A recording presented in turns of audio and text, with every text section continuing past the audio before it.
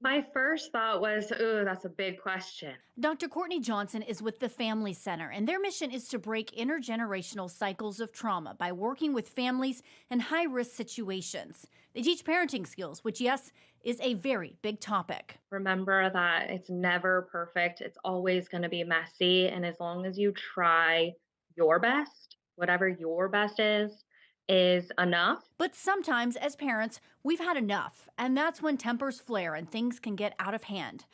Johnson has some tips for how to understand your kids' big feelings.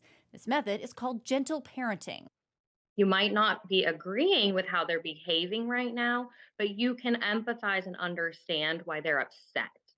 I understand that you're not happy that I had to take that away from you right now, but we don't hit little sister with that. Dr. Johnson says a good first step when those meltdowns happen is to take deep breaths alone, then create a safe space for them to decompress. Gentle parenting is a foreign concept to some parents. They think, okay, how do I do that? And so I don't want people to think that it's not a struggle for people. Gentle parenting is probably the hardest approach to parenting that there is for all the things that you're talking about is we have to take care of ourselves. Our parenting styles also stem from how we were raised. A lot of the parents that we're working with, again, that nobody's ever told them these things. Their dad spanked them, their mom spanked them, or popped them on the mouth, and it works, right? Like they change their behavior. It's what they know. Discipline techniques that we just don't see as much, like spanking, are stark contrast to the gentle style.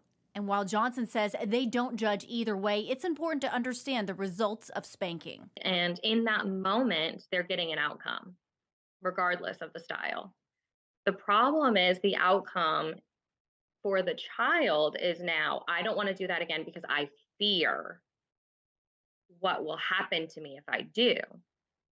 So the behavior gets corrected, but what's happening with that child is that they're learning what not to do out of fear versus other parenting styles and other skills that we're trying to teach parents is we want there to be a relationship. She says there's no one right or wrong way, but what is certain, we can always go back and apologize. Even when we mess up, it's okay. And then just remembering you're dealing with these little human beings that just don't have, their brains aren't fully developed yet. And just know they're not setting out to behave in a way to upset you. They just don't know how else to communicate those things in those moments. And having grace with yourself and your child is a great place to start.